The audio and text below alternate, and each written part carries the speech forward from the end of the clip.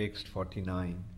Kshattu kausharavestasya sangbado adhatma sangshritaha jaddha sa bhagavanstasmai prishtas tattam ubachaha.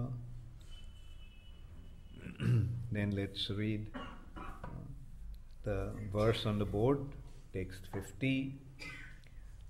Brūhi nas tad idam saumya vidurasya viceṣṭitam bandhu-tyāga-nimittaṁ ca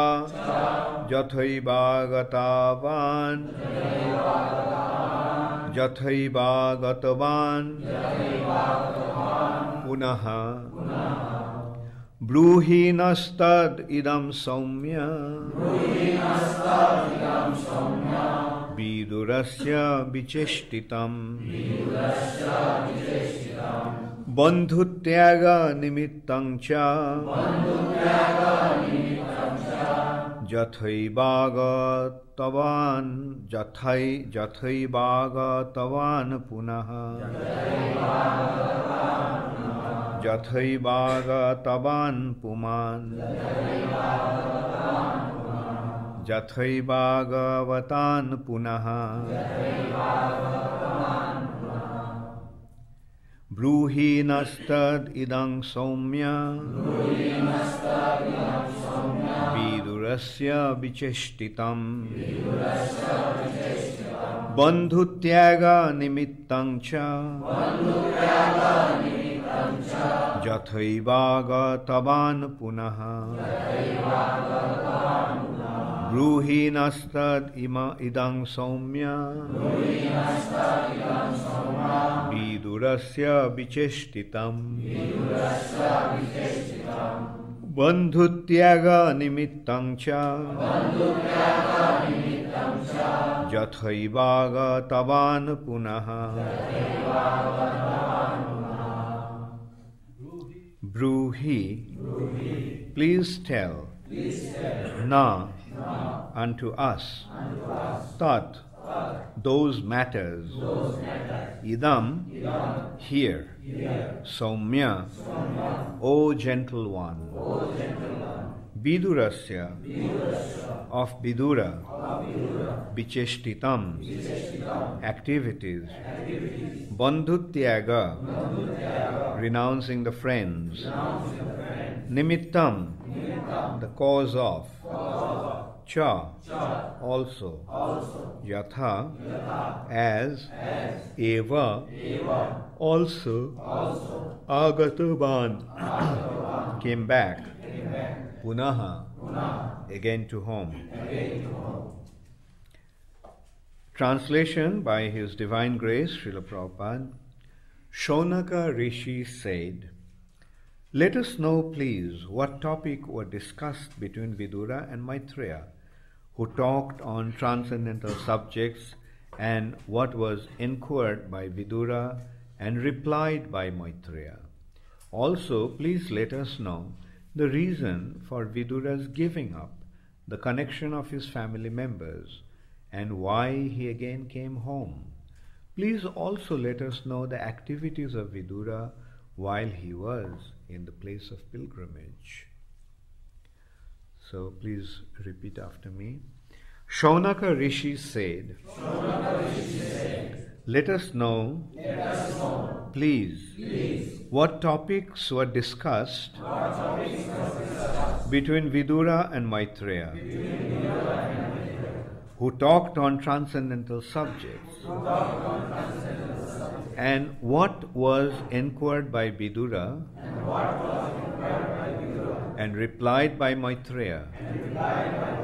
Also, please let us know the reasons for Vidura's giving up the connection of his family members, and why he again came home. Please also let us know the activities of Vidura while he was in the places of pilgrimage. Purport by Srila Prabhupada. Sri Suta Goswami was narrating the topics of the creation and destruction of the material world. But it appears that the rishis headed by Śaunaka were more inclined to hear of transcendental subjects which are on a higher level than the physical. There are two classes of men, namely those too addicted to the gross body and the material world, and others on the higher level who are interested more in transcendental knowledge. Srimad Bhagavatam gives facility to everyone, both to the materialist and to the transcendentalist. By hearing Srimad Bhagavatam in the matter of Lord's glorious activities, both in material world and in the transcendental world, men can derive equal benefit. The materialists are more interested in the physical laws and how they are acting, and they see wonders in those physical glamours. Sometimes due to physical glamours, they forget the glories of the Lord. They should know definitely that physical activities and their wonders are all initiated by the Lord. The rose in the garden gradually takes its shape and color to become beautiful and sweet, not by a blind physical law, although it appears like that. Behind that physical law is the direction of the complete consciousness of the Supreme Lord. Otherwise, things cannot take shape so systematically.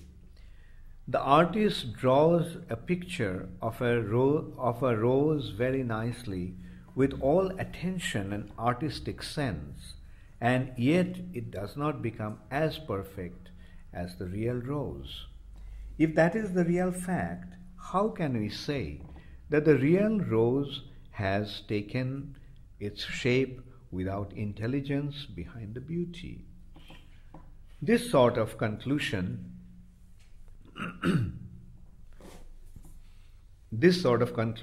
is due to a poor fund of knowledge.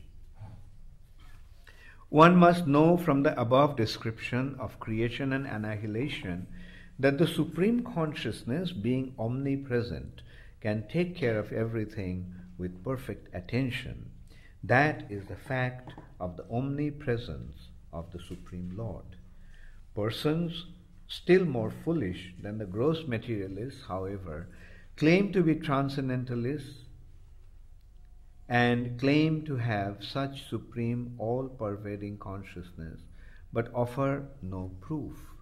Such foolish persons cannot know what is going on behind the next wall, yet they are falsely proud of possessing the cosmic, all-pervading consciousness of the Supreme Person.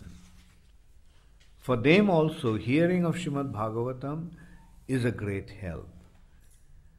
It will open their eyes to see that simply by claiming supreme consciousness, one does not become supremely conscious. One has to prove in the physical world that he has such supreme consciousness. The rishis of Naimisharanya, however, were above the gross materialists and the false transcendentalists, and thus they were always anxious to know the real truth in transcendental matters as described by authorities.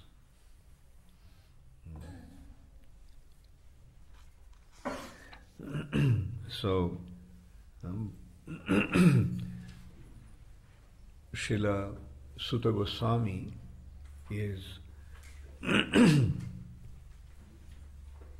Suta Goswami appeared to Naimisharanya, where the sages were performing a 1,000-year-long sacrifice to benefit the living entities of the age of Kali.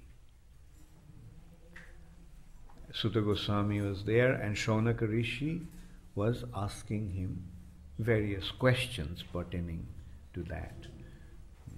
Śaunaka Ṛṣi, headed by Śaunaka Ṛṣi, representing all the sages assembled there. There were hundreds of sages, maybe even thousands of sages. They assembled. Why? Because they saw that the condition of the age of Kali was very, very degrading. Kali Yuga didn't actually begin, or just about began. Kali Yuga just began. The condition was not so bad. But great personalities could foresee that, what would happen.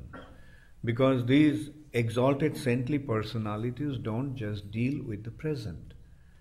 They deal with past and future. They can see the past and future.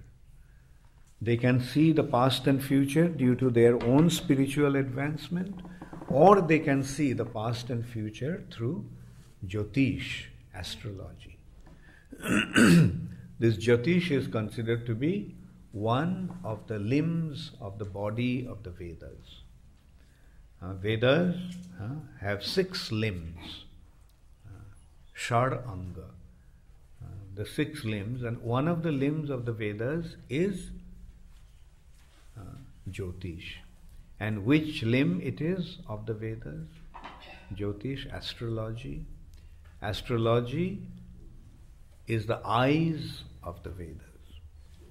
Through astrology, one can see into the past, present, and future. So, the sages were expert also in this branch of astrology, and therefore they could see what would happen to the age of Kali.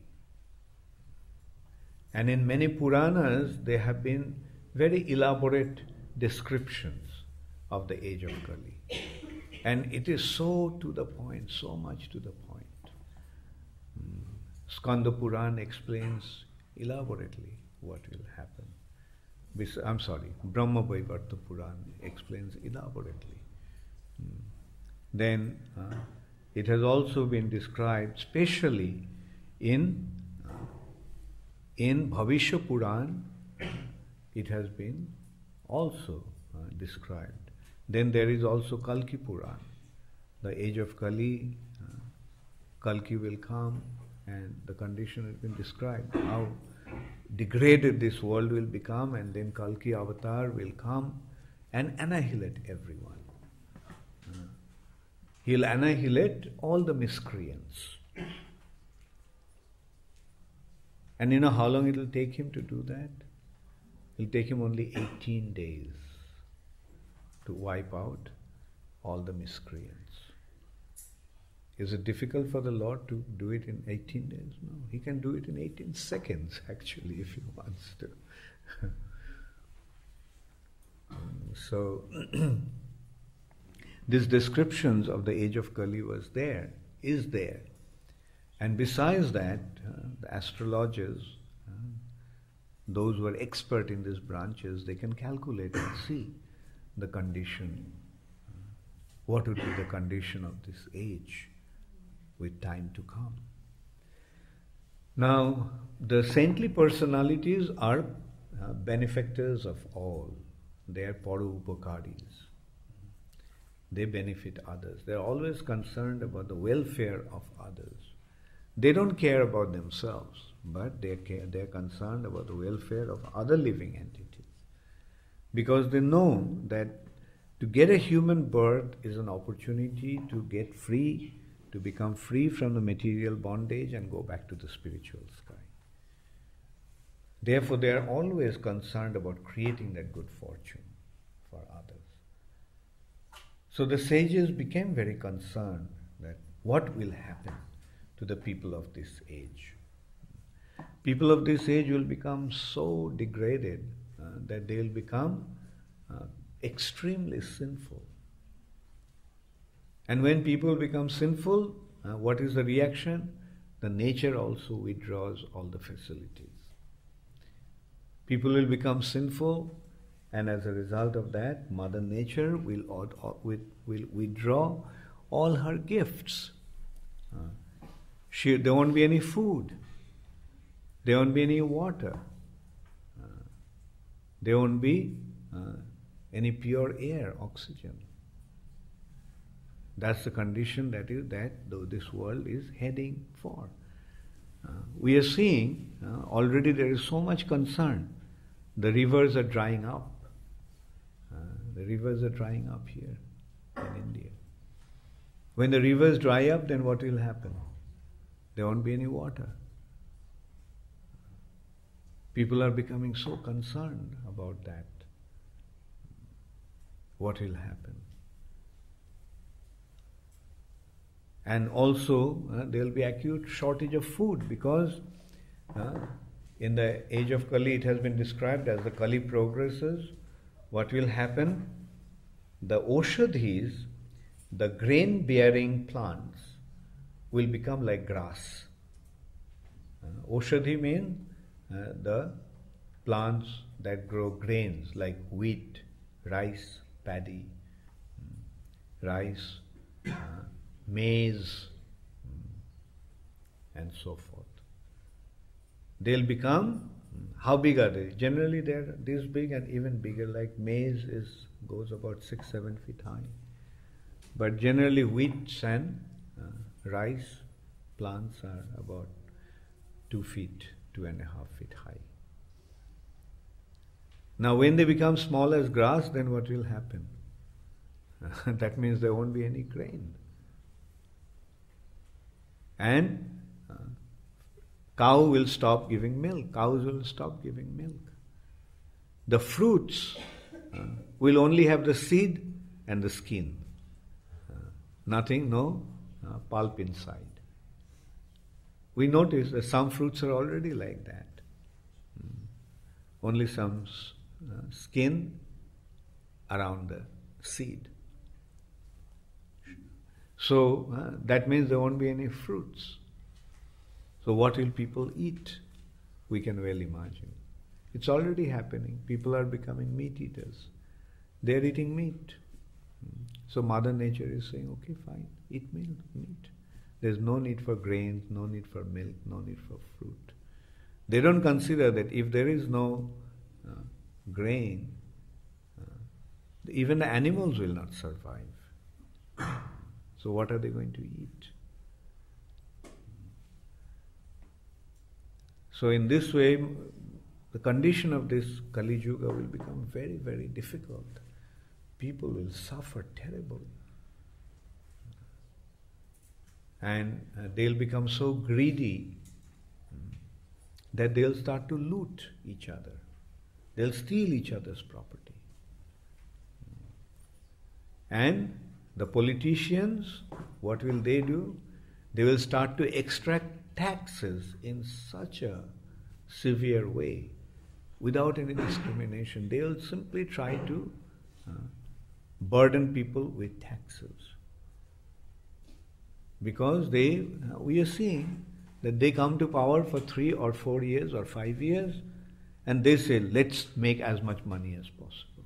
How do they make the money? They make money by imposing taxes. And everybody knows that every year the taxes go up. Taxes never come down. How many of you are taxpayers here? So is the taxes going up or going down? Going up. Why? Because these politicians have a responsibility to fill their pockets. So they will be, these politicians have been described as, bandits, dacoits. Dacoits, dashupraishu rajanneshu. The dacoits will become the leaders of the people. When a dacoit becomes a leader, then what happens? Either you become a dacoit with them, or they are just going to rob you. And they'll be robbing people in such a way that people will run away from Janapad. Janapad means the places of human habitation. The cities, villages, they'll run away from the cities and villages and towns, and they'll go into the depth of the forest just to run away from these bandits, dashus. Is there any politician here? Please don't mind. It's not my words. These are the words of the scriptures. These are the words of Bhagavatam. These are the words of Brahma Vaivarta Puran. These are the words of Kalisantaran Upanishad. There are some very interesting informations also. The places of pilgrimage will become the places infested with thieves and rogues and prostitutes. We are seeing that.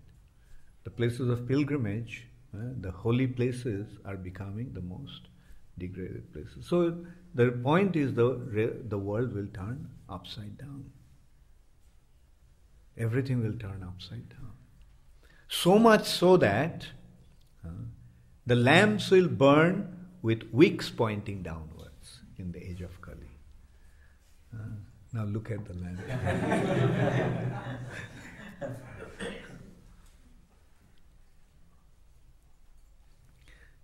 The saintly personalities, the sages, could foresee that, what would happen to the age of Kali.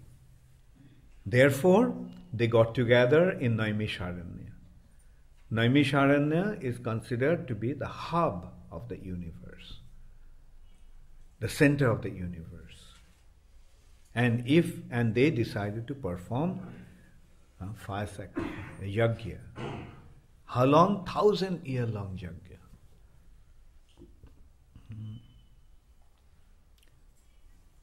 Sahasra samamasata. They decided to perform a 1,000-year long sacrifice. And what does sacrifice do? Sacrifice actually purifies the atmosphere. And they thought that by performing this sacrifice, the whole atmosphere will become purified. And Kali's influence will be warded off for the time being. But then one morning, after performing their morning rituals and offering oblations to the sacrificial fire, they assembled, and there they offered the place of Vasudev, Vyasasan, seat of Vasudev, to Suta Goswami. Why? Because Suta Goswami, they considered, was the most exalted personality. He was the most qualified person to hear from. They offered him the exalted seat with the prayers, Taya Khalu Puranani, Seti Hasani Chanagha, Akkhatanna Padhitani, Dharma Shastrani Jannuta. Khalu, Taya Khalu. Khalu means very nicely. Puranani, Seti Hashani Chanagha. You have very expertly mastered all the Puranas, Itihash. Itihash means history. What is the history? Mahabharata is the history. Ramayana is the history. And Puran, history, Itihash, Dharma Shastras, Upanishads, and Samhitas. So you are an expert in this subject because you have understood the Vedic wisdom in its totality. And on top of everything, you are anagha. Anagha means, agha means sin. Anagha means sinless. Because you are sinless, and on top of everything, you have studied all these subjects very expertly. Therefore, tell us what to do. The condition of the age of Kali is prayanal payusha sabhya kalavashmin juge jana manda sumanda matayo manda bhagga hi upadruta.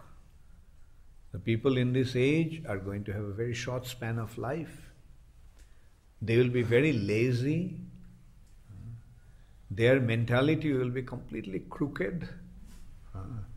They'll be very, very unfortunate, and they'll always be distressed by the calamities of the material nature.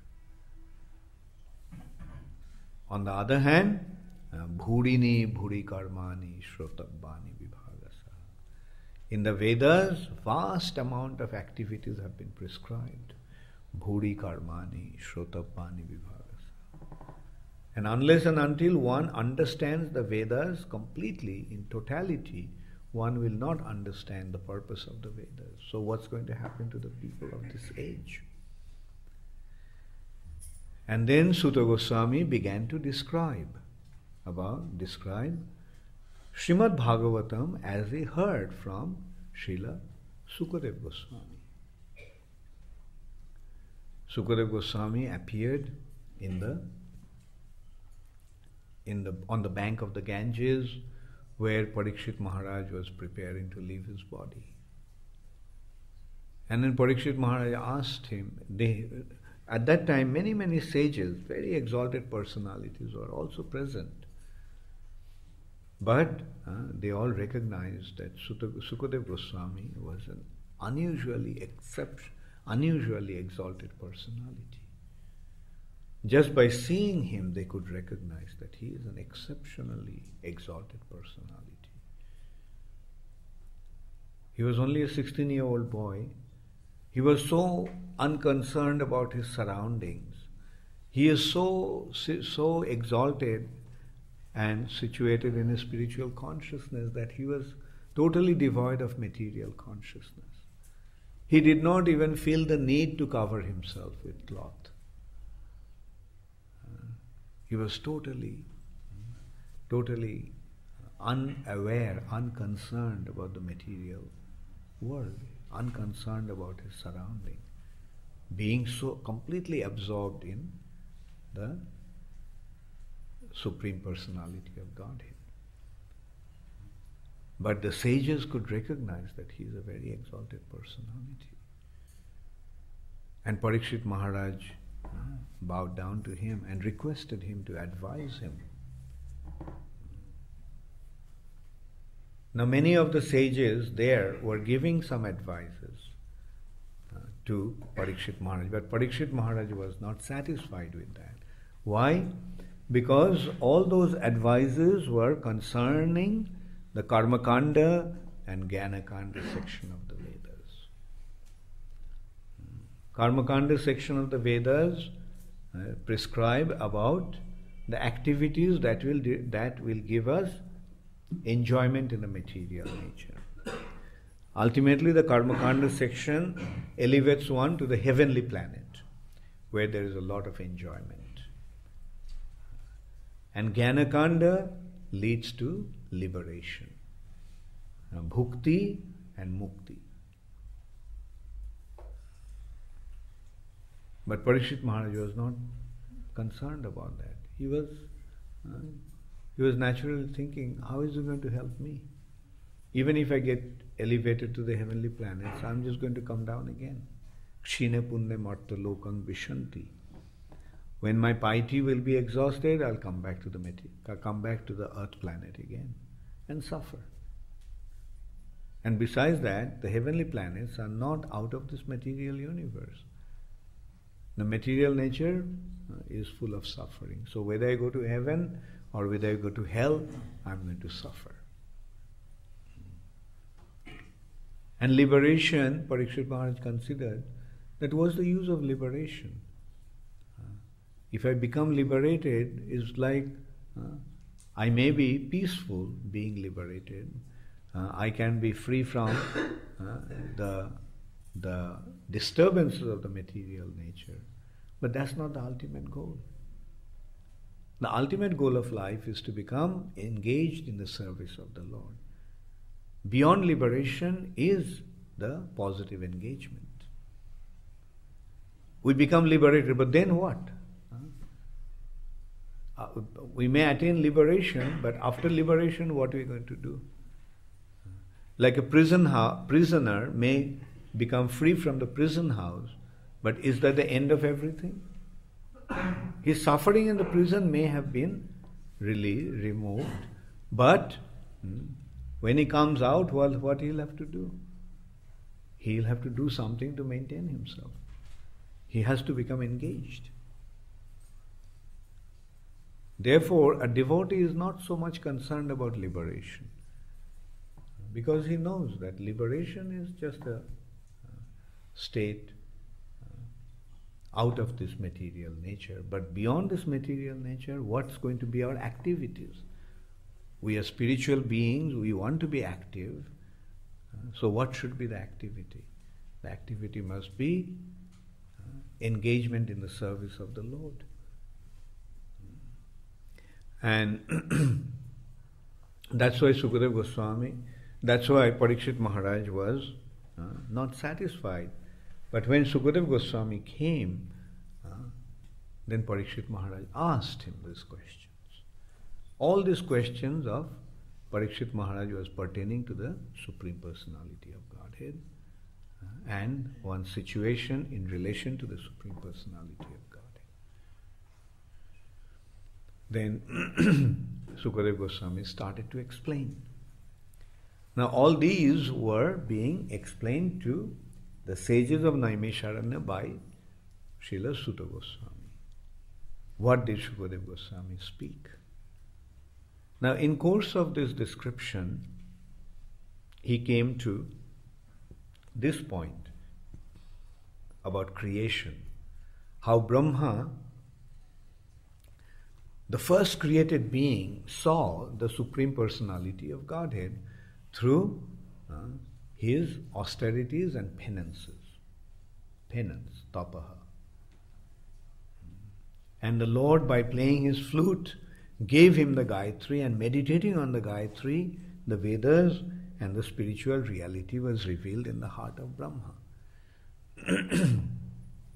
So in this way, it came now, then it came to how the Lord instructed him, on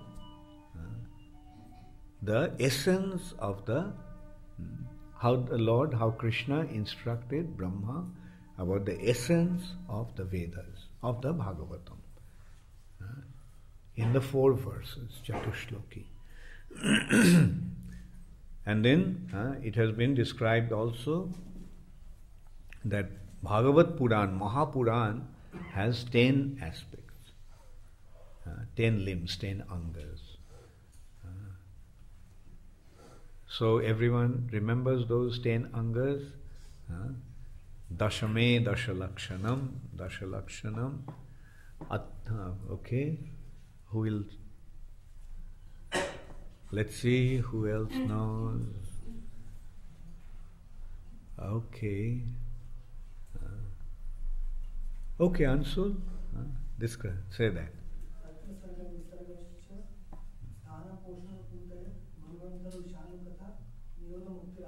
Very good. Very good. Yeah. So, these are the 10 symptoms. Sarga, Visharga, Sthana, Poshanam, Utaya, Manvantara, Ishanukasha, Katha, Nido, Dharma, Mukti, Nirodha, and Ashraya.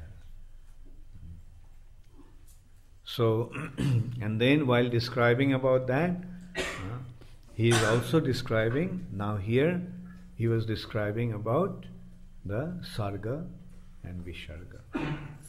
Then finally, it led to what? Led to 3 aspects of Mahakalpa, Vikalpa, and Kalpa. The highest consideration of time factor. And what is the highest consideration of time factor? Mahakalpa. just a breath of the Lord. Breath of Mahavishnu. Jasyaika nishashita kala mathavalamba jivanti loma bilaja jagadanda natha. Jagadanda natha, the duration of Brahma's life. Okay, I'll ask Swami. What is the duration of Brahma's life, Swami? Brahma का एक दिन कितना लंबा होता है? ब्रह्मा का एक दिन, yes, okay, 1000 Chaturjuga is the day of Brahma. And according to that calculation, there is Brahma's night. Sahasra Juga Parjantam. Sahasra Jugas is the day of Brahma. And according to that calculation, you have weeks, months, years, and the duration of Brahma's life is 100 years. And this 100 years this is the duration of Brahma's life, but in relation to Mahavishnu, what is Brahma's lifespan? One breath. Jasya eka nishashitaha kalam athavalamba. And that is, one breath of the Lord is one Mahakalpa. So this is how inconceivable his potency is.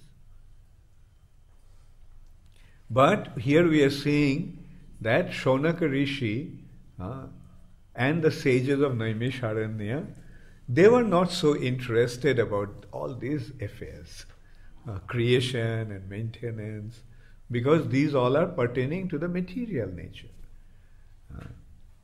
Their thing was, who cares about it? Okay, fine. It has appeared and it will be sustained for some time and it will disappear. Fine. Yeah. But we are not interested about that. Please tell me what happened to Vidura and Maitreya.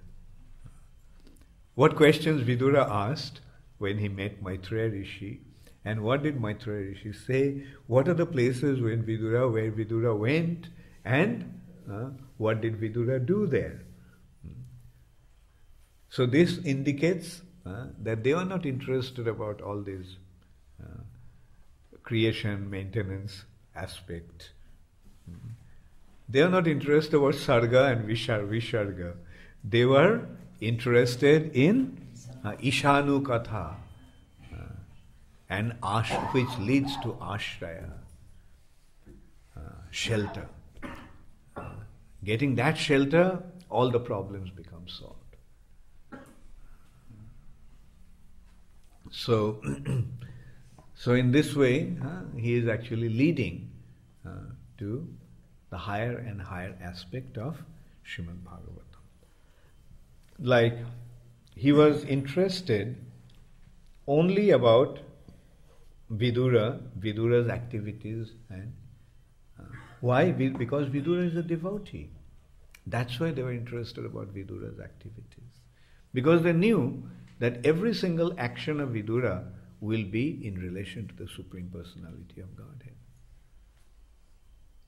And they were asking because Sutta Goswami already mentioned earlier that how Vidura left home. When the battle, when the Pandavas returned from their exile for 12 years of exile and 1 year incognito, when they returned and they claimed their kingdom, their share of the kingdom, Duryodhana refused to give them anything. They just asked, please give us only 5 villages. But Duryodhana said, without a war, I'm not going to give you the land size of the tip of the needle. He was so confident that he is going to win the battle. But Vidura, who was the well-wisher of all, he was the well-wisher of Duryodhana also. He was the well-wisher of Dhritarashtra. He was not only the well-wisher of the Pandavas. He was a personality like Vidura is the well-wisher of all. But the miscreants, when they are told not to do something for their own benefit, they don't want to listen to that. And when Vidura told Dhritarashtra that, look, for the sake of saving the entire dynasty, get rid of this son of yours. Vidura said that right after Duryodhana was born, when after his birth he saw all the inauspicious signs, and instead of crying, Duryodhana was braying like a donkey. So he saw an inauspicious sign. He saw that this is not an ordinary human child. A demon has been born in the family. Duryodhana, incidentally, is an incarnation of Kali. So he saw that, this inauspicious signs, and he told Dhritarashtra, get rid of your son, this son of yours. If you get rid of one son, there is no harm. You have another 99 sons. So you have another 99 sons. So what's the point what's the harm in losing this one? Because this person is going to be the cause of the destruction of the entire dynasty. But Dhritarashtra, who was not only blind with his eyes, who was also blind spiritually, could not take this advice of Vidura. And who is Vidura? Vidura is Dharmaraj. Vidura is an incarnation of Jamraj. The personality who maintains dharma, the personality who is the personification of dharma. So that was Vidura. And again, before the battle of Kurukshetra, he again asked him, get rid of this boy, this son of yours. Because the whole dynasty will be destroyed. Don't think that you are going to win this battle. Because the victory is going to be on the side of the virtuous. Your son is sinful, no matter how powerful he may be, but because he is sinful, he will be destroyed. And whoever sides with him will be destroyed. Whereas the Pandavas, no matter how weak they may appear to be, because they are virtuous, Dharma will stand with them. Krishna will be with them. And therefore they will win. So he made all this forecast. But still, not only Duryodhana did not accept the advice, Duryodhana became very insulting. He started to insult him, saying that here is the person who has been eating food given by us, and he is speaking against us. Get rid of this person. He said, even a dog is more loyal than this person. I mean, this is how he was insulting him. And Vidura just left home. So when the battle of Kurukshetra took place, Vidura was not around. He was in a pilgrimage. He was going from place of pilgrimage because he didn't want to see the destruction of the family.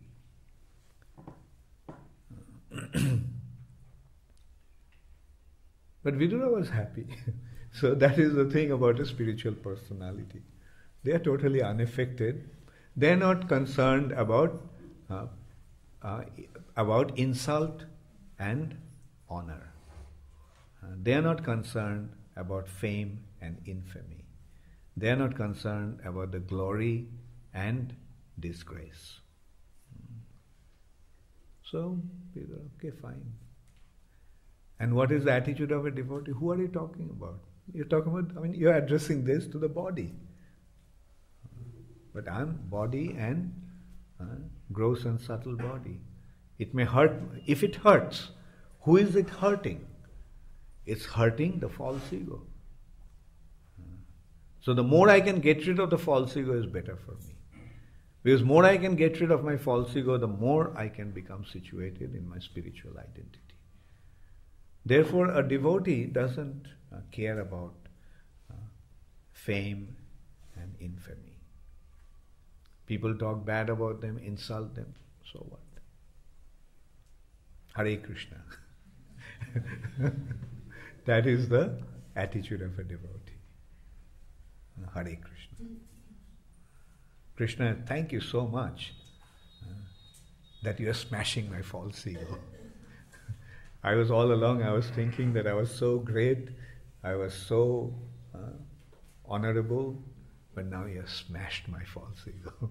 Now I'm realizing, after all, I'm not so great. All the people around me, those who love me, they used to say so many things in my glorification. And now, you made arrangements to see actually who I am. And who I am? I am 10,000 part of the tip of the hair. That is my size. But I was thinking that I was as big as Mount Everest. But now I realized all of a sudden that I actually am as big as 1/10,000 part of the tip of the hair. But my only consolation is that I am your part and parcel. And you are my Lord and Master. And my only occupation, my only goal of my life is to just serve you. And when I serve you, it's so wonderful. And it doesn't matter what people are in the world think of me. What really matters is how you are seeing me. If you are casting your glance upon me favorably, my life is perfect. I have achieved the highest perfection of my life when you cast your favorable glance upon me. So let the whole world spit at me, but if you recognize me, who cares about that spitting? And if the whole world glorifies me, but if you do not recognize me, then what's the use of that glorification? So that is the attitude of a devotee. Therefore, a devotee is dukkheshu anudvignamana shukhecha vigataspriya. At the time of distress, he is not perturbed. And in happiness, he is not attached. He is neither attached to happiness nor he is concerned about unhappiness or distress. He is not affected by distress or happiness in this way. He remains totally unaffected, totally aloof, totally neutral. So in this way, Sutta Goswami,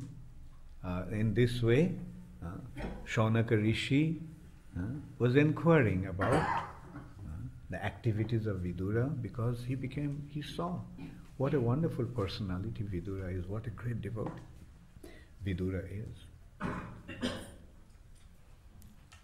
Vidura was such a wonderful devotee that Krishna, when he was invited by Duryodhana, he didn't go to his palace.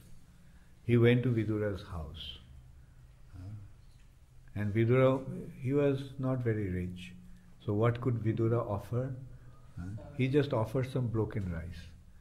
And not only that, when he was offering a banana, he was so absorbed in Krishna's thoughts that he peeled the banana and gave him the banana skin and threw away the banana inside of the banana.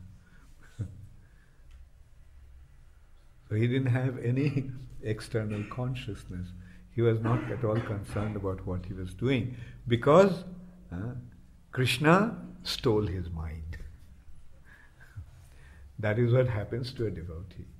Krishna steals his mind away. So much so that he forgets. He doesn't have any awareness. When one becomes a devotee, that is a problem actually. Krishna steals away his mind or her mind.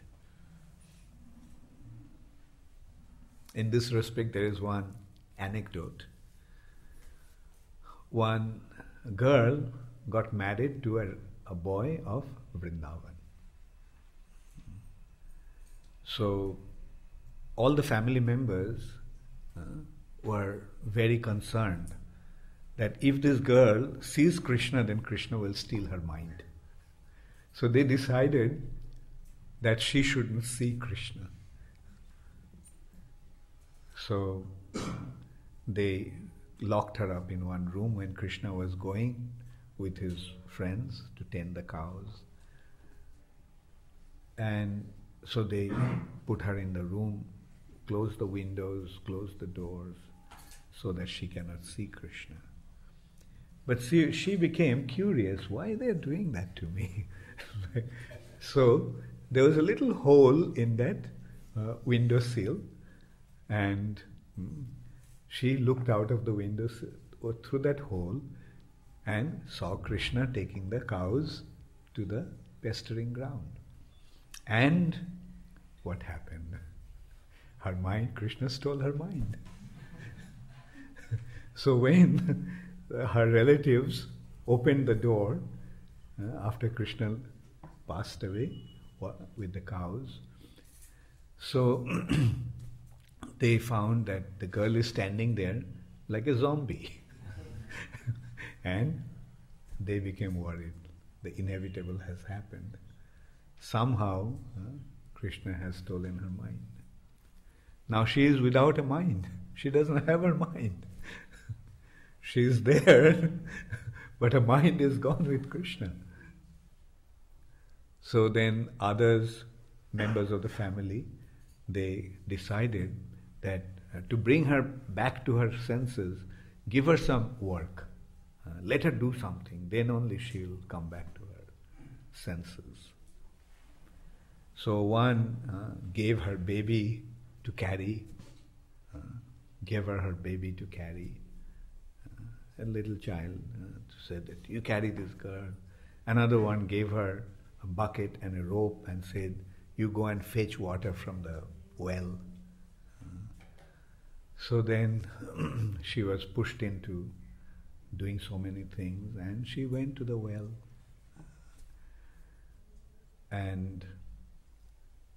But because her mind was stolen, when she went to the well, what did she do? She took the rope and tied it to the baby. Started to lower the baby instead of the bucket into the well.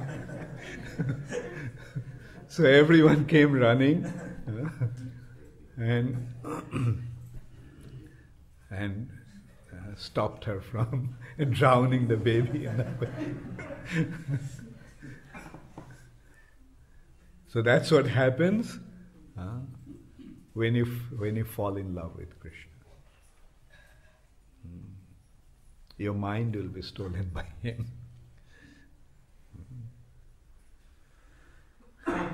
And Krishna is also advising that, Man mana bhavo. With your mind, you think of me. But be careful. When you do that, this is what's going to happen to you. Are you ready for that? Govinda, it seems that you're thinking. Are you ready for that?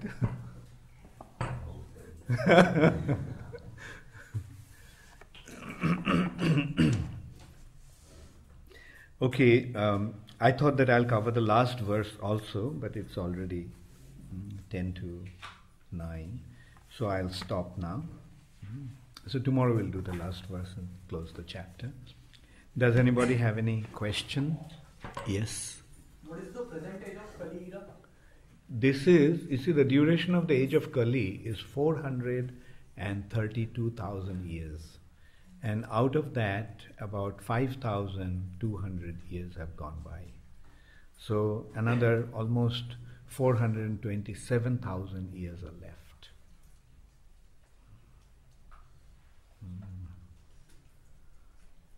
Kali Yuga just began, but see the condition. Already. Okay, any other question? Yes? Прабхупад говорил, что он обеспокоен тем, что асуры могут прийти в искон и разрушить искон изнутри.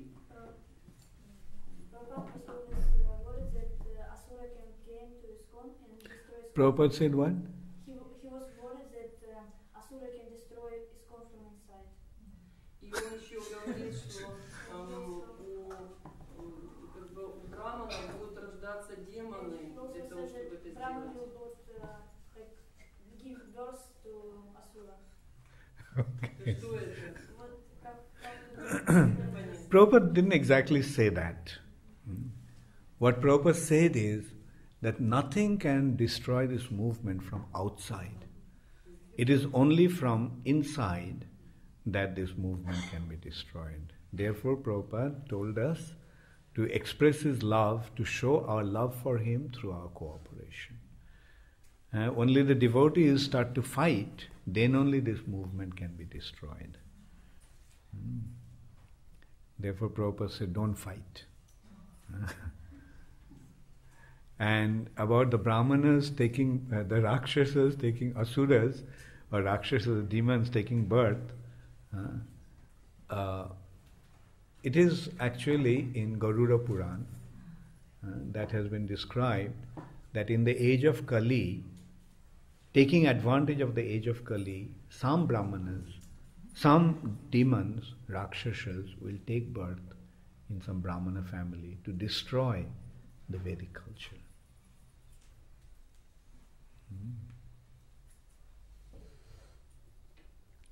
Okay. Any other question? Yes. Если бы не было войны на Курукшетре, мы бы не имели Бхагавад-гиты, мы бы не знали славу Арджуны, Кришна показал славу Арджуны, то это, может быть, план Кришны все-таки был, что война должна была быть. If we wouldn't have war on Kurukshetra, if Krishna wouldn't show us how great was Arjuna, then maybe it was maybe his plan to show us and to give Bhagavad Gita. Maybe it was his plan. It wasn't possible to stop. So what's the question? The Why- Kurukshetra was needed. Yes. Yeah. It was really planned. It wasn't Yeah. possible. When Krishna arranges something, it must be needed. То есть, если бы отказались от Дурьёдханы, то Кришна все равно бы сделал эту войну.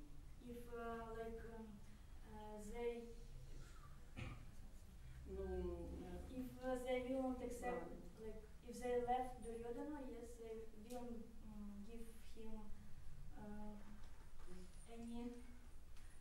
Okay, then there won't be any battle of Kurukshetra. Yes. Right? It will happen. Yeah, so let us learn from that. Actually, Kurukshetra has happened. But now let us not have another Kurukshetra. Let us avoid Kurukshetra by not siding with Duryodhana. And listen to Vidura's advice. Right? And side with Krishna and Krishna's devotee, which you are already doing.